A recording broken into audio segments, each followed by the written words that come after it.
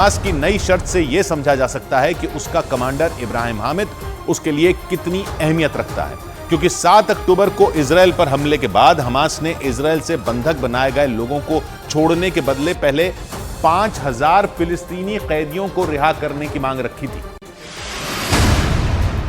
जो लंबे वक्त से इजराइल की अलग अलग जेलों में बंद हैं। लेकिन 1 महीने से ज्यादा का वक्त बीत जाने के बाद हमास ने अपनी शर्त बदलते हुए सभी बंधकों को रिहा करने के बदले सिर्फ हमास कमांडर इब्राहिम हामिद को छोड़ने की शर्त इजराइल की सरकार के सामने रख दी। इजराइल के अखबार द टाइम्स ऑफ इजराइल के मुताबिक करीब 17 साल से इजराइल की जेल में बंद हमास कमांडर इब्राहिम हामिद के हाथ सैकड़ों इजरायली लोगों के खून से सने हैं। द टाइम्स ऑफ इजराइल के मुताबिक नई शर्त के साथ हमास ने यह भी चेतावनी दी है कि अगर उनके कमांडर को छोड़ने की शर्त को इजराइल नहीं मानेगा तो किसी भी बंधक को नहीं छोड़ा जाएगा।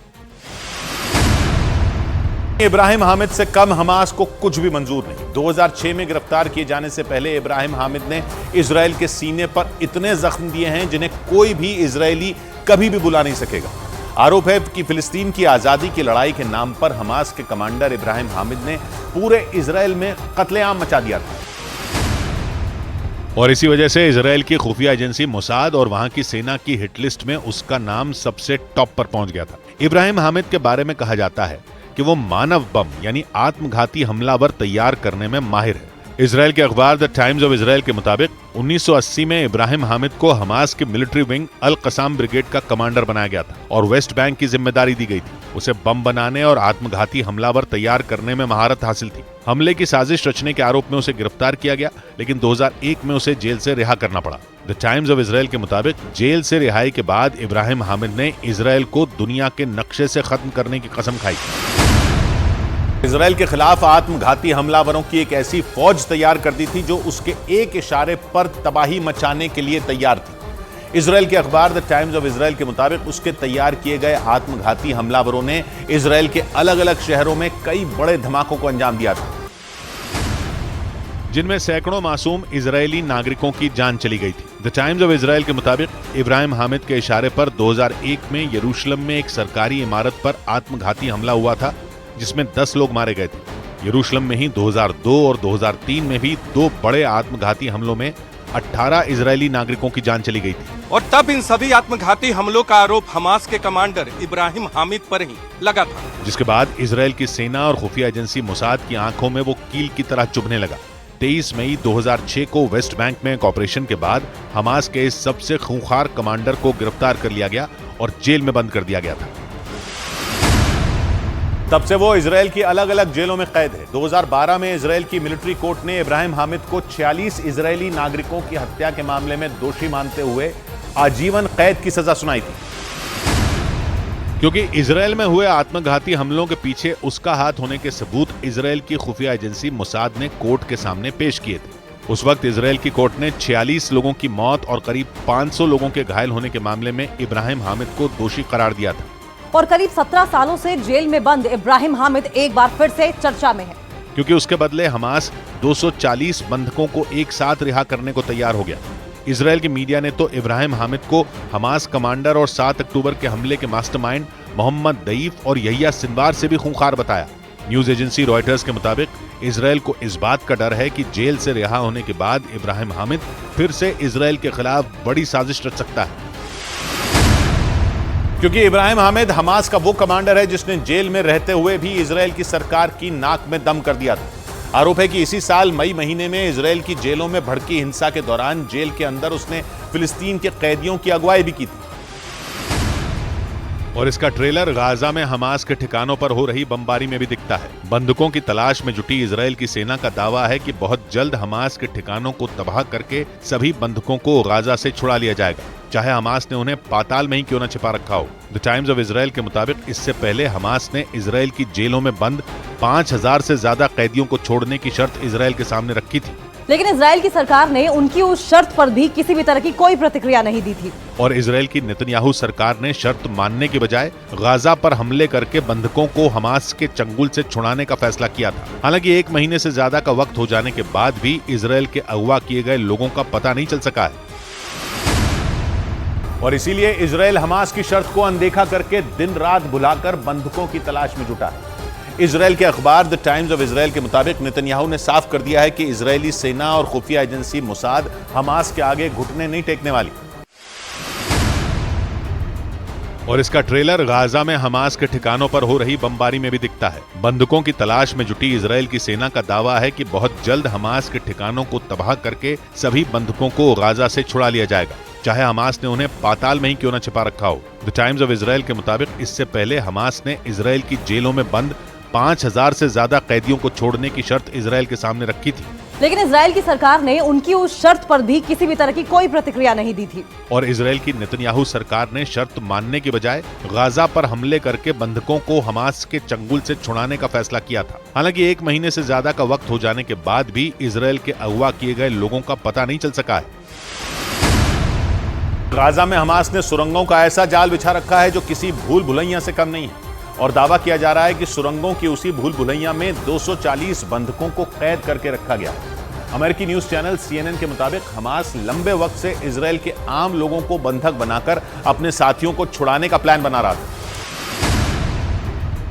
और इसे अंजाम देने के लिए उसके लड़ाकों ने 7 अक्टूबर को इजराइल में कोहराम मचा दिया था। 240 से ज्यादा लोगों को बंधक बनाकर अपने साथ गाजा लेकर गए थे, जिसके बाद इजराइल की सेना उनकी तलाश में जुट गई। CNN के मुताबिक आम लोगों को बंधक बनाकर इजराइल को ब्लैकमेल करने का आइडिया इजराइल को उसके सबसे बड़े मददगार ईरान से मिला था, क्योंकि CNN के मुताबिक ईरान लंबे वक्त से ऐसे ही बंधकों के बदले अपनी शर्त मनवाता रहा है। 1979 में तेहरान में अमेरिकी दूतावास पर हमला बोलकर 52 अमेरिकी अधिकारियों और कर्मचारियों को बंधक बनाया गया था, और 444 दिनों तक कैद में रखने के बाद ईरान ने अमेरिका से $800 करोड़ यानी भारतीय रुपयों में करीब 65,000 करोड़ लेकर उन्हें रिहा किया था। और कुछ उसी तरह अब हमास भी इजराइल के सामने बंधकों के बदले अपने कमांडर को छोड़ने की शर्त रख रहा है। इजराइल की खुफिया एजेंसी मोसाद के एक दावे ने पूरे इजराइल को हिलाकर रख दिया। ऐसा इसलिए क्योंकि मोसाद ने दावा किया कि हमास नेता यहिया सिनवार का भाई मोहम्मद सिनवार जिंदा है, और वो बीते 9 साल से गाजा में बनी सुरंगों में छिपा हुआ है। मोसाद ने तो यहां तक दावा किया कि 7 अक्टूबर को इजराइल पर हुए सबसे बड़े हमले में भी मोहम्मद सिनवार ने अहम भूमिका निभाई,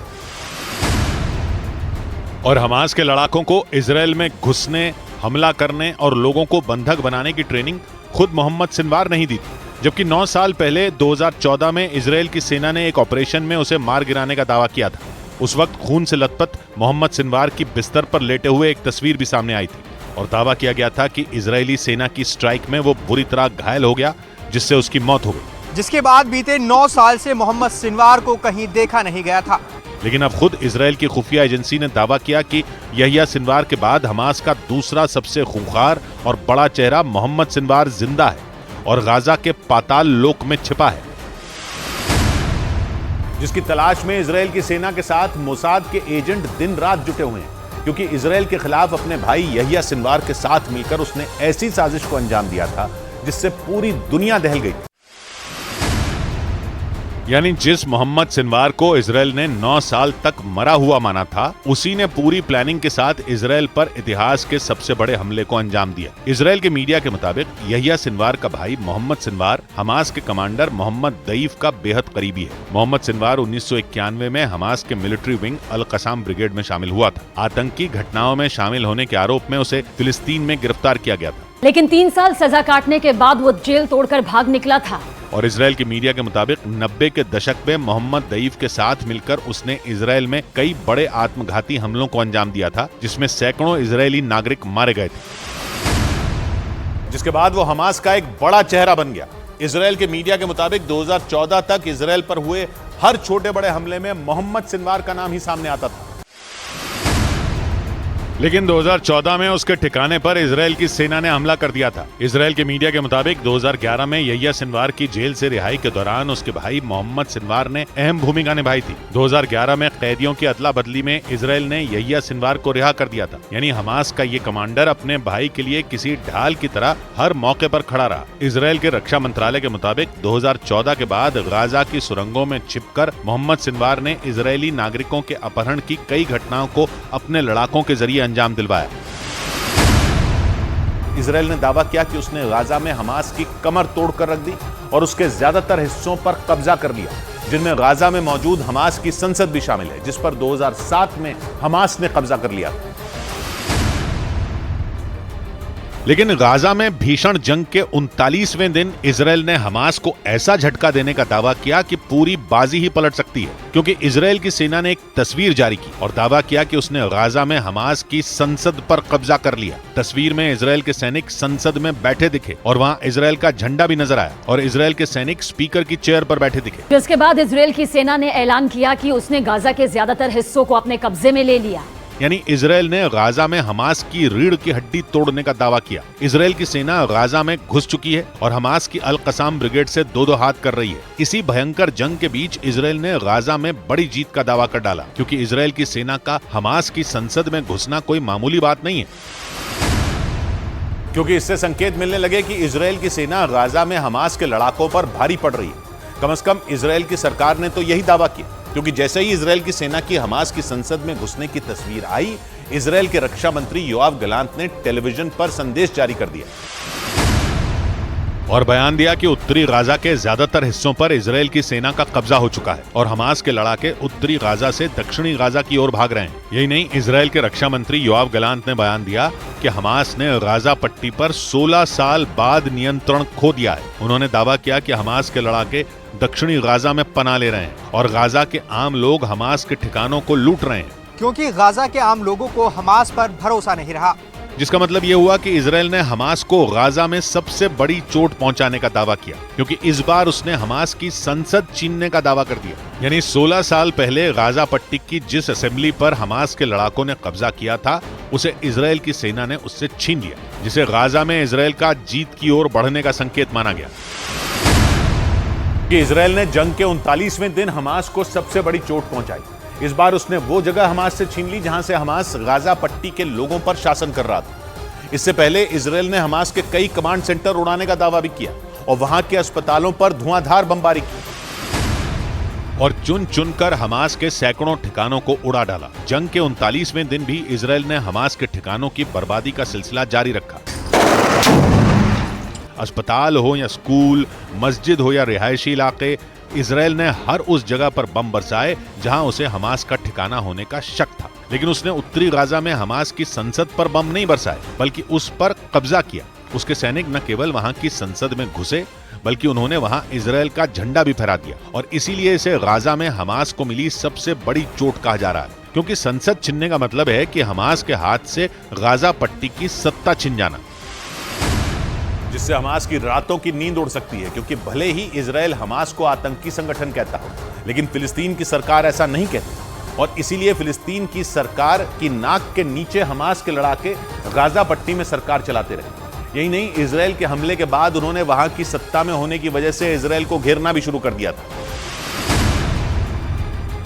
और इजराइल की सरकार के खिलाफ बयान दिए थे। गाजा की सत्ता में बैठे हमास ने अस्पतालों, स्कूलों और मस्जिदों के संकट पर भी इजराइल की सरकार को घेरा था। लेकिन इस बार इजराइल ने हमास से वो अधिकार ही छीन लिया, क्योंकि इजराइल की सेना ने गाजा में हमास की संसद पर कब्जा कर लिया और हमास से वो जगह छीन ली जहां से वो गाजा पट्टी से जुड़े फैसले करता था। जिसके बाद इजराइल के रक्षा मंत्री योआव गलांत का बयान आया कि हमास के पास ऐसी कोई ताकत नहीं है जो इजराइल की सेना को रोक सके, क्योंकि इजराइल की सेना खुफिया जानकारी के मुताबिक प्लान को अंजाम दे रही है और जमीन, आसमान और समंदर के रास्ते उसकी सेनाएं अपने मिशन को कामयाब बना रही हैं, जिससे उत्तरी गाजा में हमास की पकड़ कमजोर पड़ने लगी। कम से कम इजराइल तो यही कह रहा है। यही नहीं, इजराइल के प्रधानमंत्री ने तो खुलकर बोल दिया कि ये जंग तब तक चलेगी जब तक हमास का अंत नहीं हो जाता। नेतन्याहू ने यह बयान तब दिया जब वो दक्षिणी इजराइल में सेना के जवानों से मिलने पहुंचे और वहां पहुंचकर नेतन्याहू ने अपनी सेना के जवानों का हौसला बढ़ाया। गाजा पट्टी में घुसने के लिए तैयार बैठी सेना की इस टुकड़ी से नेतन्याहू ने लंबी बातचीत की, उनकी तैयारियां देखी और फिर उन्हें यह बता दिया कि हमास से इजराइल की जंग तब तक चलेगी जब तक हमास का नामो निशान नहीं मिट जाता। זה לא מן השפה אל החוץ, זה מהלב החוצה וגם מהשכל החוצה. אם אנחנו לא גומרים אותם. इजराइल की सेना का गाजा में हमास की अल कसाम ब्रिगेड से सामना हो रहा है और हमास के लड़ाकों की ये टुकड़ी गुरेला वॉर में माहिर है। पिछले हफ्ते उन्होंने इजराइल की सेना से भिड़ने का वीडियो भी जारी किया था। यानी इजराइल के सैनिकों को हमास से कड़ी चुनौती मिल रही है। लेकिन इसी कठिन चुनौती के बीच इजराइल की गोलानी ब्रिगेड गाजा में हमास की संसद में घुस गई। उस तस्वीर के जरिए दुनिया को बताया कि गाजा में हमास की संसद पर इजरायल का कब्जा हो चुका है। गोलानी ब्रिगेड के सैनिकों के इस कारनामे पर इजरायल की सरकार ने उनकी पीठ भी थपथपाई, क्योंकि पैदल सैनिकों की इस टुकड़ी ने ऐसा काम कर दिखाया कि हमास की जड़ें ही कमजोर हो गईं। क्योंकि इजरायल की गोलानी ब्रिगेड के लड़ाकों ने हमास की संसद में झंडा फहराया। गोलानी ब्रिगेड पैदल सैनिकों की टुकड़ी है जिसने 1948 के बाद इजरायल के लिए कई युद्ध लड़े, जिनमें 1956 की जंग भी शामिल है, जिसमें इजरायल की गोलानी ब्रिगेड जॉर्डन, लेबनान और मिस्र से भिड़ गई थी। लेबनान और इजरायल की पहली जंग में भी गोलानी ब्रिगेड की बड़ी भूमिका थी और हमास और इजरायल की जंग में भी गोलानी ब्रिगेड ने बड़ा रोल निभाया और 16 साल बाद हमास को उसकी संसद से निकालने का इंतजाम कर डाला। इजरायल ने दावा किया कि हमास की गाजा पर पकड़ कमजोर पड़ रही और 16 साल में पहली बार ऐसा हुआ है, क्योंकि इजरायल की सेना ने हमास की कई टुकड़ियों को खत्म करने का दावा किया, जो इजरायल से जंग लड़ रहे हमास के लिए खतरे की घंटी है। क्योंकि इजरायल ने दावा किया कि उसने उत्तरी गाजा में हमास की 24 बटालियनों में 10 की ताकत खत्म कर दी। इजरायल की सेना के मुताबिक जंग की शुरुआत में हमास ने अपने 30,000 लड़ाकों के साथ युद्ध शुरू किया था और हमास के लड़ाकों को 24 बटालियनों में बांटा गया था, जिनमें 10 को इजरायल की सेना ने कमजोर करने का दावा किया। यानी इजरायल ने डंके की चोट पर संकेत देने शुरू कर दिए कि वो उत्तरी गाजा में जीत के करीब पहुंच चुका है, या यूं कहें कि इजरायल का गाजा को 2 टुकड़ों में बांटने का प्लान सफल होने लगा। इजरायल के रक्षा मंत्री ने दावा किया कि हमास के लड़ाके उत्तरी गाजा से दक्षिणी गाजा की ओर भाग रहे हैं, जबकि इससे पहले इजरायल ने गाजा के आम लोगों को उत्तरी गाजा छोड़कर दक्षिणी गाजा में जाने की सलाह दी थी, जिसके लिए इजरायल ने ह्यूमन कॉरिडोर तक बनाया था, जिनसे होकर गाजा के आम लोग उत्तर से दक्षिण की ओर गए। लेकिन इजरायल ने दावा किया कि अब हमास के लड़ाके भी दक्षिण की ओर भाग रहे हैं, यानी गाजा को 2 टुकड़ों में बांटकर जंग लड़ने का प्लान कामयाब होता दिखा, क्योंकि इजरायल जंग के पहले दिन से कह रहा है कि गाजा के आम लोग उत्तर से दक्षिण की ओर चले जाएं। माना जा रहा है कि ऐसा इजरायल ने सोचे समझे प्लान के तहत किया, क्योंकि उत्तरी गाजा की सीमा इजरायल से लगती है, जबकि दक्षिणी गाजा की सीमा इजरायल से नहीं बल्कि मिस्र से लगती है और रफा बॉर्डर यहीं पर है, जहां से गाजा के आम लोगों तक राहत का सामान पहुंचाया जा रहा है। और इजरायल ने बार बार यह जताया कि उसका दक्षिणी गाजा में बमबारी करने का कोई इरादा नहीं है, जिससे धीरे धीरे यह लगने लगा कि इजरायल के हमले से जो नुकसान होगा वो उत्तरी गाजा में ही होगा, क्योंकि इजरायल की सेना ने खुद बयान दिया था कि वो उत्तरी गाजा में हमास का सफाया करेगी और दक्षिण में घायलों की मदद करेगी, जिसका मतलब यह हुआ कि दक्षिणी गाजा में बम नहीं बरसेंगे, जिससे ये संकेत मिलने शुरू हो गए कि इजरायल जंग के बाद उत्तरी गाजा पर अपना अधिकार जताना शुरू करेगा और दक्षिणी गाजा में फिलिस्तीन की सरकार का शासन होगा। और अगर ऐसा हो गया तो फिलिस्तीन का नक्शा 5वीं बार बदल सकता है, क्योंकि 1917, 1948, 1967 और 1993 में फिलिस्तीन का नक्शा बदल चुका है और एक बार फिर ऐसा ही होने के संकेत मिल रहे हैं, क्योंकि इजरायल का पूरा फोकस उत्तरी गाजा पर है। और अब तो उसने उत्तरी गाजा में हमास की संसद पर कब्जा कर लिया है, यानी हमास की कमर ही तोड़ दी है, क्योंकि संसद के हाथ से निकलने के बाद हमास के हाथ से गाजा की सत्ता भी निकल सकती है, या यूं कहें कि उत्तरी गाजा में इजरायल की सेना बड़ी जीत की ओर बढ़ती दिखी। उसने जो नया दावा किया उससे तो ऐसा ही लगा, जिसका मतलब यह हुआ कि उत्तरी गाजा हमास के हाथ से निकल सकता है।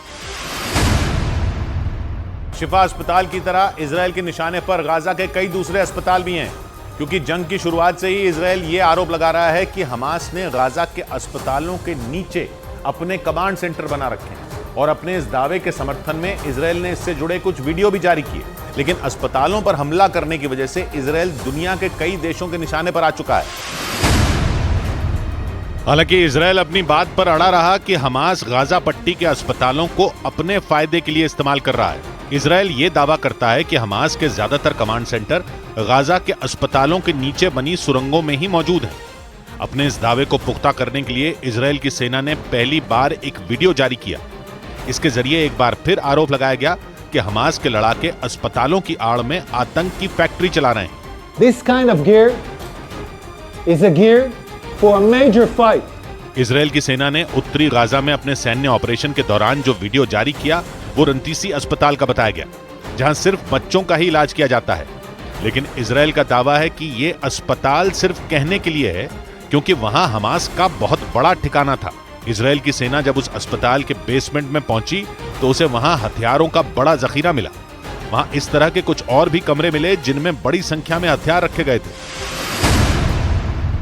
उन्हीं हथियारों को दिखाकर इजराइल ने पूरी दुनिया के सामने हमास की हकीकत सामने लाने की कोशिश की, क्योंकि बच्चों के अस्पताल के नीचे मौजूद हमास के ठिकाने से इतने हथियार मिले जिन्हें देखकर यह लगा कि हमास ने कई दिनों तक जंग लड़ने की तैयारी की हुई,